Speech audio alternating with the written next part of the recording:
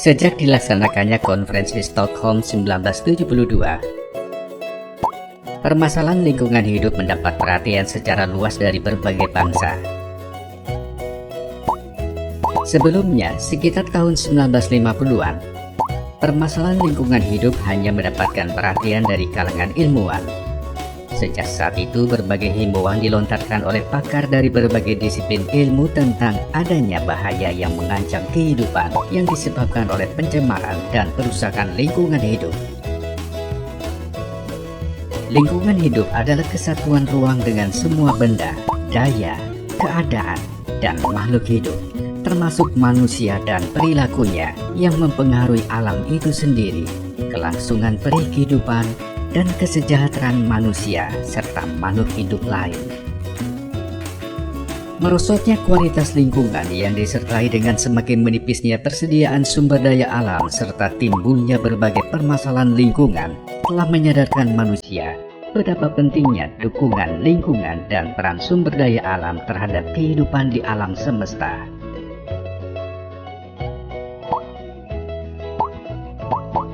Lingkungan tidak dapat mendukung jumlah kehidupan yang tanpa batas. Apabila bumi ini sudah tidak mampu lagi menjaga ledakan jumlah manusia beserta aktivitasnya, maka manusia akan mengalami berbagai kesulitan. Pertumbuhan jumlah penduduk bumi mutlak harus dikendalikan, dan aktivitas manusianya pun harus memperhatikan kelestarian lingkungan. Pelestarian lingkungan hidup mempunyai arti bahwa lingkungan hidup harus dipertahankan sebagaimana keadaannya, sedangkan lingkungan hidup itu justru dimanfaatkan dalam kerangka pembangunan. Hal ini berarti bahwa lingkungan hidup mengalami proses perubahan. Dalam proses perubahan ini perlu dijaga agar lingkungan hidup tetap mampu menunjang kehidupan yang normal. Pembangunan telah membawa kemajuan yang besar bagi kesejahteraan rakyat. Di balik itu telah terjadi pula perubahan lingkungan. Pembangunan yang membawa perubahan pesat ini tentu saja menimbulkan perubahan yang melahirkan dampak negatif.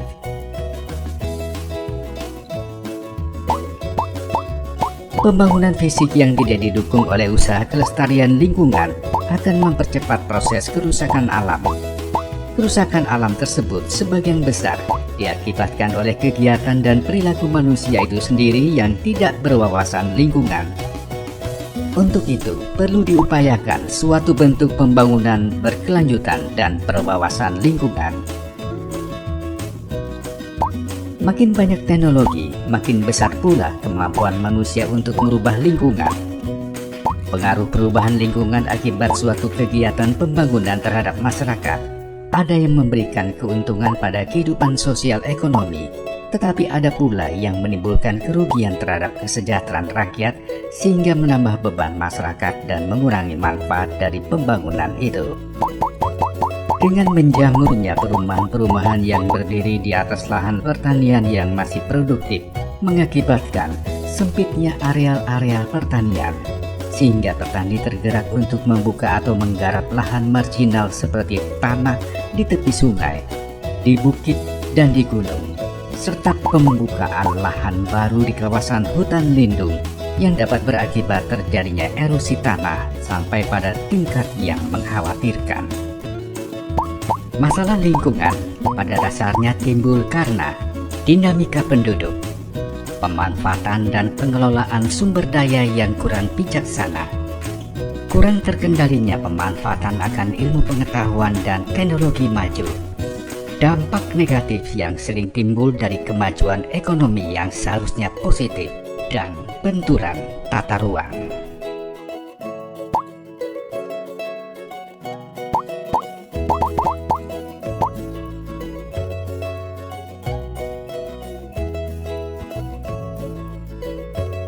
Untuk mengurangi dampak negatif, maka pembangunan harus menggunakan prinsip berwawasan lingkungan dan berkelanjutan. Pembangunan berwawasan lingkungan merupakan upaya sadar dan berencana, menggunakan dan mengelola sumber daya secara bijaksana dalam pembangunan yang berkesinambungan untuk meningkatkan mutu hidup.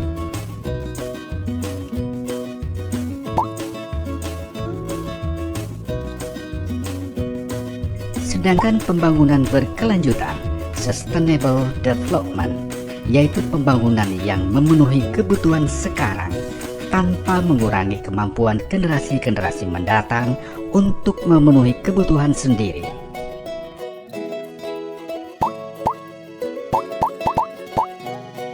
Setiap orang mempunyai hak atas lingkungan hidup yang baik dan sehat. Sebaliknya, setiap orang juga mempunyai kewajiban untuk memelihara lingkungan hidup, seperti mencegah dan menanggulangi perusakan lingkungan. Salah satu kunci pembangunan berwawasan lingkungan yaitu AMDAL. AMDAL, analisis mengenai dampak lingkungan, adalah hasil studi mengenai dampak suatu kegiatan yang sedang direncanakan terhadap lingkungan hidup yang diperlukan bagi proses pengambilan keputusan. AMDAL mempunyai maksud sebagai alat untuk merencanakan tindakan preventif terhadap kerusakan lingkungan yang mungkin akan ditimbulkan oleh suatu aktivitas pembangunan yang sedang direncanakan. Di Indonesia, AMDAL tertera dalam Undang-Undang Nomor 32 Tahun 2009 tentang Perlindungan dan Pengelolaan Lingkungan Hidup, dan pelaksanaan diatur dengan Peraturan Pemerintah Nomor 27 Tahun 2012 yang merupakan pengganti PP 27 Tahun 1999 tentang AMDAL dengan penambahan berbagai pengaturan dan ketentuan perihal izin lingkungan. Dengan demikian, AMDAL merupakan sarana teknis yang dipergunakan untuk memperkirakan dampak negatif dan positif yang akan ditimbulkan oleh suatu kegiatan yang direncanakan terhadap lingkungan hidup. Dengan dukungan kemampuan lingkungan yang terjaga dan terbina keserasian dan keseimbangannya, maka pelaksanaan pembangunan dan hasil-hasil pembangunan dapat dilaksanakan dan dinikmati secara berkesinambungan dari generasi ke generasi. Analisis mengenai dampak lingkungan atau yang sering dikenal dengan istilah AMDAL. Nah, polusi dapat menurunkan kualitas atau mutu lingkungan. Mutu lingkungan adalah derajat pemenuhan kebutuhan dasar manusia pada kondisi lingkungan tertentu. Jika kualitas lingkungan menurun, akan berdampak pada penurunan daya dukung lingkungan. Daya dukung lingkungan adalah kemampuan lingkungan untuk mendukung peri kehidupan manusia dan makhluk hidup lainnya. Oleh karena itu, untuk menjaga mutu lingkungan dan daya dukung lingkungan dapat dilakukan dengan mencegah dan menanggulangi terjadinya pencemaran atau polusi.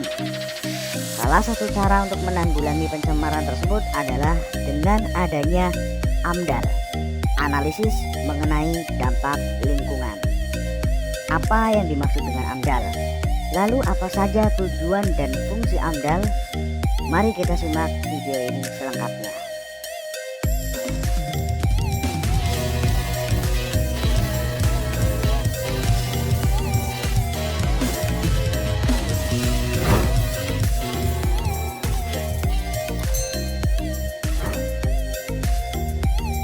Oke, AMDAL, analisis mengenai dampak lingkungan.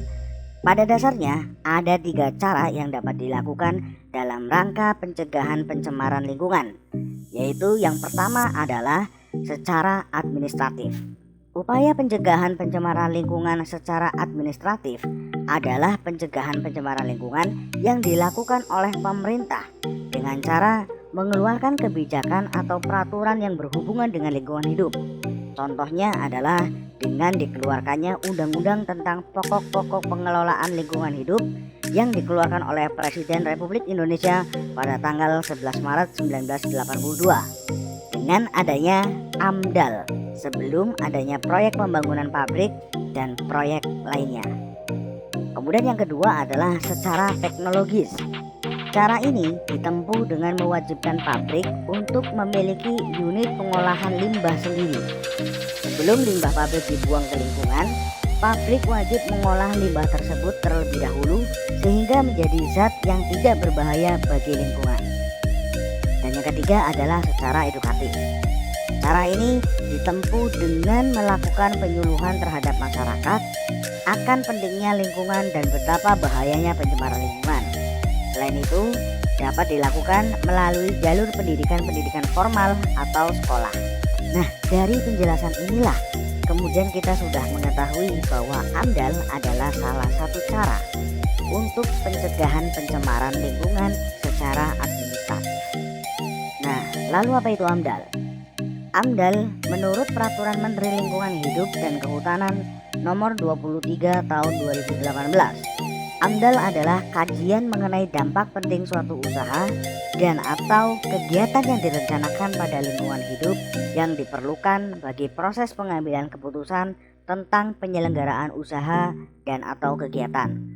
Nah, pengertian lain dari AMDAL adalah proses suatu pengkajian yang digunakan untuk memperkirakan dampak yang terjadi di lingkungan hidup, baik itu dampak positif maupun dampak negatif dari suatu kegiatan atau proyek yang telah direncanakan. Dengan demikian, AMDAL merupakan sarana teknis yang dipergunakan untuk memperkirakan dampak negatif dan positif yang akan ditimbulkan oleh suatu kegiatan yang direncanakan terhadap lingkungan hidup. Maka dari itu, adanya AMDAL ini akan memberikan hal positif, yaitu bagaimana melaksanakan pembangunan yang tidak merusak lingkungan. Nah, selanjutnya adalah tujuan dari AMDAL. Tujuan dari AMDAL adalah untuk menjaga kemungkinan dan dampak dari suatu rencana usaha atau kegiatan tertentu. AMDAL sangat diperlukan karena harus ada studi kelayakan di dalam undang-undang atau peraturan pemerintah untuk menjaga lingkungan dari sebuah operasi proyek pada kegiatan industri atau kegiatan yang dapat menyebabkan kerusakan di suatu lingkungan. Nah, ada beberapa fungsi dari AMDAL. Yang pertama adalah membantu proses pengambilan keputusan tentang kelayakan lingkungan hidup dari rencana usaha atau kegiatan. Dan yang kedua, memberikan masukan untuk penyusunan desain rinci teknis dari rencana atau kegiatan tersebut. Yang ketiga, memberikan masukan untuk menyusun rencana pengelolaan dan pemantauan lingkungan hidup. Yang keempat adalah memberikan informasi bagi masyarakat atas dampak yang ditimbulkan dari suatu rencana usaha atau kegiatan. Dan yang kelima adalah sebagai bahan perencanaan pembangunan wilayah.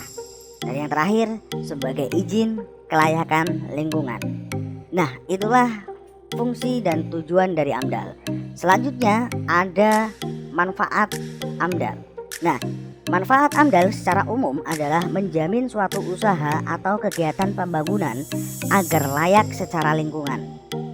Layak secara lingkungan ini berarti kegiatan tersebut sesuai dengan peruntukannya, sehingga dampak yang ditimbulkan dapat ditekan. Nah, adapun manfaat bagi pemerintah, yang pertama adalah AMDAL dapat menghindari terjadinya kerusakan lingkungan hidup seperti pencemaran air, pencemaran tanah, pencemaran udara, pencemaran suara, dan sebagainya. Dengan demikian, kelestarian lingkungan hidup, kesehatan, kenyamanan, dan keselamatan masyarakat akan terjamin. Kemudian yang kedua, menghindari konflik yang mungkin timbul di masyarakat akibat adanya proyek-proyek lainnya.